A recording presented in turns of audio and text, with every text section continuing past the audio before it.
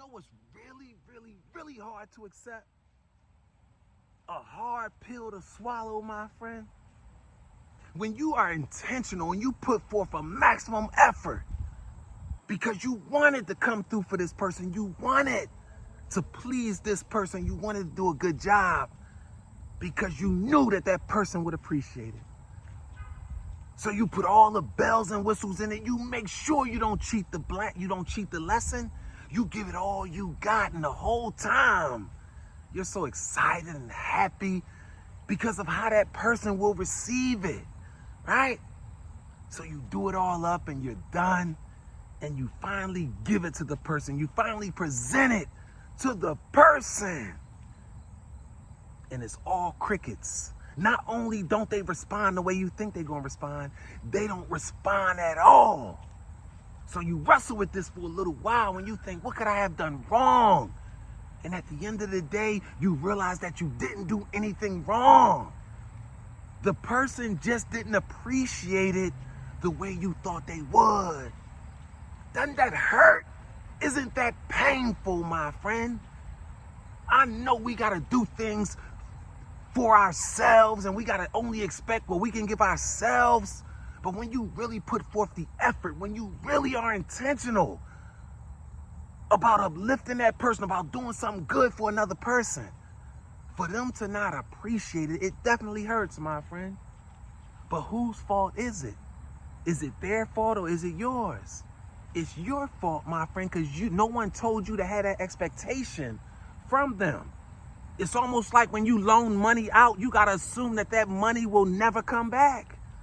If it comes back, then that's just a bonus, my friend. So when you do something good for someone else, you can't expect for them to reinforce what you need to feel good. Nah. But instead, you got to learn how to do this, my friend. You got to learn how to reward yourself, my friend. See, nobody could ever cheat you of appreciation if you know how to reward yourself, right? And here's how you do it, right? I'm not talking about reward yourself for one or two things or here and there or intermittently. No, I'm talking about reward yourself for each and every time you achieve or accomplish something. And I'm talking about anything, from the littlest thing to the biggest thing. They all should be rewarded, my friend. All of it, right? But please take this caution seriously. I just want to caution you, right? Because you got to be certain that the reward is really for you. And you're not just showing off to the people what you've done. Because see, if you're just showing off to the people what you've done, if you got an expectation for the people, then not getting the proper result, not getting the proper response that you expected from the people, you know, not getting the likes that you thought you would get, not getting the comments that you thought you would get, not getting the verbal responses that you thought you would get, you got to be careful, because that can turn a perfectly good reward into a terrible punishment, my friend. You got to be careful, right? See, here's the thing. Right? You also got to be certain, right, that the level of reward matches the level of accomplishment. Otherwise, it could have damaging effects, my friend. Yeah. Here's 3 reasons why you got to reward yourself, my friend. You got to learn how to reward yourself. You got to learn how to positively reinforce yourself. That way you'll never be disappointed again, right? Number 1. See, positive reinforcement is so important, because positive reinforcement will keep your internal engine revved up constantly at all times, even when you're not driving to complete a task, my friend. That's how important positive reinforcement comes, but you can't expect it from elsewhere. You got to expect it from you, my friend, right? It's all on you. And number 2, see, positive reinforcement is most effective, right, when it's implemented fairly. And what I mean by fairly is making sure that the level of reward matches the level of accomplishment. Otherwise, it could lead to an entitlement mindset. And that's the worst mindset to have, an entitlement mindset, thinking that someone owes you something for doing nothing. No, it's the same as a poverty mindset.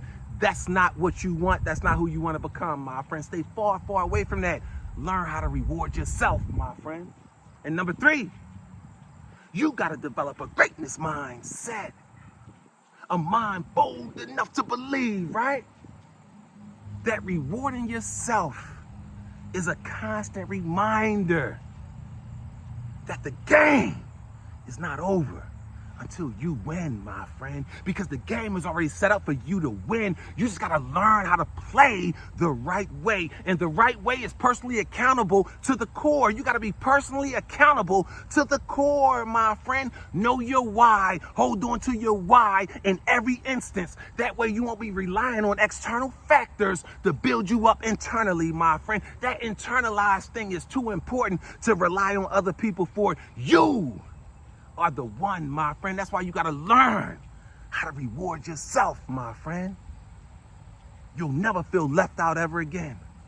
You'll always be overwhelmed with joy, my friend. And as a matter of fact, you'll win everything, right? It's almost like competition. See, we compete with other people, but we only compete against ourselves.